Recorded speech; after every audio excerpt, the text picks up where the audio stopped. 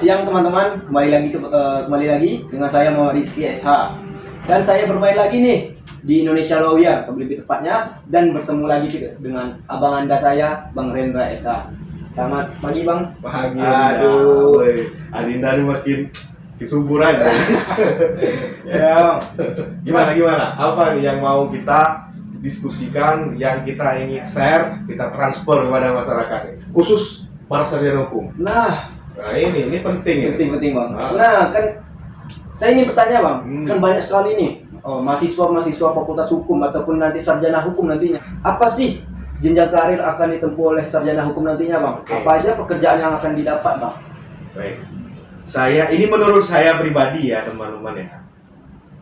Kalau yang mau milih jurusan taman SMA itu approve lah jurusan hukum. Karena hukum ini ya bisa jadi jaksa, bisa jadi hakim, bisa jadi polisi pun bisa jadi legal dalam suatu perusahaan BUMN maupun BUMD. Jadi yang paling penting adalah tatkala yang saya sebut tadi kita tidak dapat, artinya kita harus berjuang. Jadilah pengacara. Kita mempunyai mental petarung, punya mental pejuang, approve lah, ambillah pengacara. Nah, menurut abang sendiri kan, abang mensarankan untuk menjadi pengacara ya Bang. Menurut abang pengacara itu apa sih? Abang klarifikasi dulu, abang tidak menyarankan untuk jadi pengacara ya. Iya. Tapi abang melihat profesi pengacara ini profesi yang luar biasa, profesi hukum ini kenakan abang pengacara, dia tentu membela profesi pengacara. Iya. Nah, jadi advokat ini ya tidak mudah, juga tidak mudah-mudah dibandingkan harus ikut PNS ataupun kejaksaan, hakim dan polisi. Itu pertarungannya luar biasa. Nah, sementara jadi pengacara ini pertarungannya tidak banyak, karena hanya orang-orang pilihan lah yang ingin menjadi pengacara. Karena tidak ada gaji bulanan, itu soalnya orang-orang nggak berani jadi pengacara.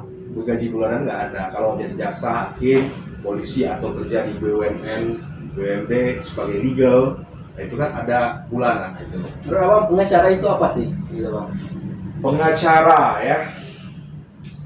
Apa kata orang-orang ini pengangguran banyak acara kayaknya.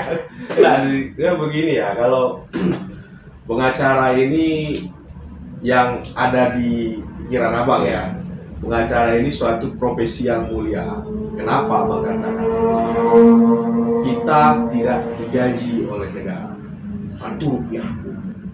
Jadi kita mendapat honorarium, kita nggak ada gaji ya, nama kita honorarium. Kenapa disebut honorarium? Karena jasa seorang advokat ini kalau dinilai dengan uang itu tidak ada harganya. Makanya banyak teman-teman nanya, kamu biasanya nangani perkara ini berapa budget? Nangan perkara ini berapa budgetnya? Itu kita nggak bisa sebut. Beda kita kayak notaris. Kalau notaris itu harganya udah jelas nih. Kalau mau bikin PT 3 atau sampai CP atau 3 sampai 4 juta.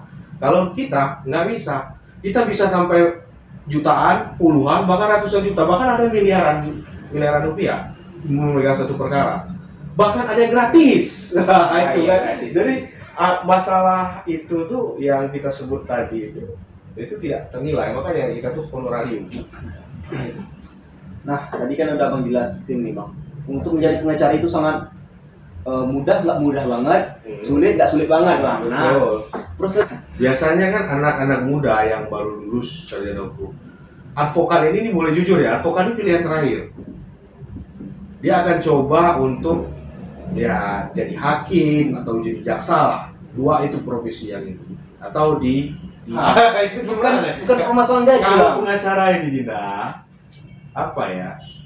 Jadi dia nggak ada gaji bulanan. Ya, honor apa tadi Bang? Nggak ada. Pertama dia nggak ada gaji bulanan. Yang kedua, kita harus mengekspresikan diri kita. Itu butuh yang panjang. Agar apa? Agar orang kenal kita. Kalau orang kenal kita, tentu orang itu akan ketika dia ada masalah hukum dia datang kepada kita. Itu dalam konteks kita mencari mencari kehidupan di dalam profesi ini. Tapi dalam konteks berjuang, ya kita bisa menyampingkan itu. Tapi ini kos-kosannya banyak nih. Iya. Kos-kosan. Makanya dia nggak mau jadi hakim, nggak mau jadi jaksa, nggak mau kerja di BUMN, dia mau jadi lawyer, mau punya kantor sendiri ya. Iya, gitu ya. Cita-cita ya. Iya, cita-cita. Iya. Harus punya law firm. Jadi kalau kita pengacara sudah ada kepercayaan orang kepada kita, maka kita punya value, nilai. Nah, nilai inilah yang membuat kita bisa menjadikan pengacara ini, profesi pengacara ini adalah sumber kehidupan. Tapi itu proses waktu yang panjang. Seperti yang telah saya alami ya Bang, ada teman-teman saya yang membutuhkan ataupun bertanya tentang terkait hukum ya Bang. Ketika saya terjun dan membantu itu ada nilai tersendiri Bang gitu Bang. Ada kepuasan. Nah, kepuasan tersendiri itu yang saya inginkan gitu Bang. Kepuasan membantu sesama itu Bang. Nah, sangat menarik teman-teman. Iya, tentang profesi hukum ini. Luar biasa. Profesi hukum ini gimana ya? Saya bersyukur ya intinya. Saya bersyukur saya masuk Fakultas Hukum dan sekarang jadi lawyer.